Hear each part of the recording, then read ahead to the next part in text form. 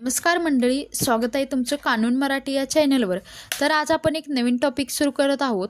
त्याचं नाव आहे fundamental rights, मूलभूत अधिकार. हे आपण थोडक्यात समजून घेणार आहोत. कल्पना करा, तुम्ही 1947 मध्ये आहात. देश नुसताच स्वतंत्र झाला आहे. आपल्या हातात झेंडा आहे, डोक्यावर स्वातंत्र्याचा सूर्य उगवला आहे. पण स्वातंत्र्य म्हणजे फक्त परकीय म्हणजे दुसऱ्यांची सत्ता आहे, त्यांच्यातून सुटका नव्हे. खरं स्वातंत्र्य तेव्हाच येते जेव्हा प्रत्येक व्यक्तीला आपले हक्क माहिती असतात आणि त्याचं संरक्षण करता येतं. म्हणूनच 1950ला तेव्हा भारतीय संविधान तयार झाले. तेव्हा आपल्या देशाच्या हृदयात एक खास जागा करण्यात आली. त्या जागेला आपण मूलभूत अधिकार, फंडामेंटल राईट्स म्हणतो. हे म्हणजे नागरिकाला स्वातंत्र्याचं सेफगार्ड, जे कोणीही, अगदी सरकार सुद्धा काढून घेऊ शकत नाही. काय आहेत मूलभूत अधिकार किंवा फंडामेंटल राईट्स काय आहेत?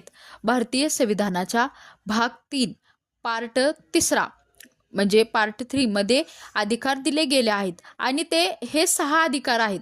समानतेचा अधिकार, राईट टू इक्वॅलिटी, जात, धर्म, लिंग, भाषा किंवा जन्मस्थान यावरून भेदभाव नाही. प्रत्येकाला समान वागणूक दिली गेली पाहिजे या समाजामध्ये, कारण का प्रत्येक माणूस हा समान आहे. 2.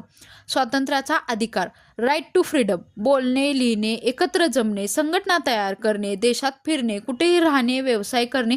प्रत्येक माणसाला त्याचा हा अधिकार आहे. त्याला कोणीही अडवू शकत नाही. त्याला कोणीही म्हणू शकत नाही की तू हे करायचं नाही, ते करायचं नाही. असं काही नाही आहे, कारण का त्याच्याकडं राईट टू फ्रीडम हा राईट आहे. 3. शोषणाविरुद्ध अधिकार, राईट टू अगेन्स्ट एक्सप्लॉयटेशन, सक्तीची मजुरी, बालमजुरी आणि मानव तस्करीला बंदी.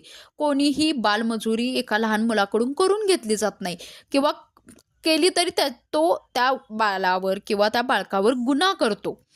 4.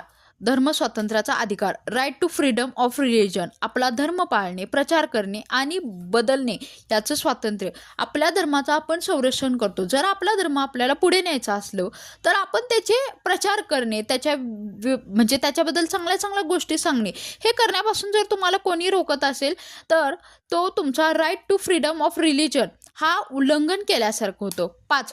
स्वातंत्र्याचे आणि शिक्षणाचा अधिकार, कल्चर अँड एज्युकेशन राईट, अल्पसंख्यांना त्यांची भाषा, लिपी, संस्कृती जपण्याचा अधिकार आहे. कोणी असं नाही म्हणू शकत की तुमचा समाज मागं पडला आहे, आता तुमच्या समाजाची संस्कृती पुढे जाऊन काय करणार, असं कोणालाही म्हणण्याचा हक्क नाही आहे. किंवा कोणी असं म्हणू शकत नाही तू शिक्षणाचा अधिकार घेऊ शकत नाही किंवा तू शिकू शकत नाही, असं काही नाही. प्रत्येक माणसाला शिक्षणाचा अधिकार आहे. 6. स्वभावित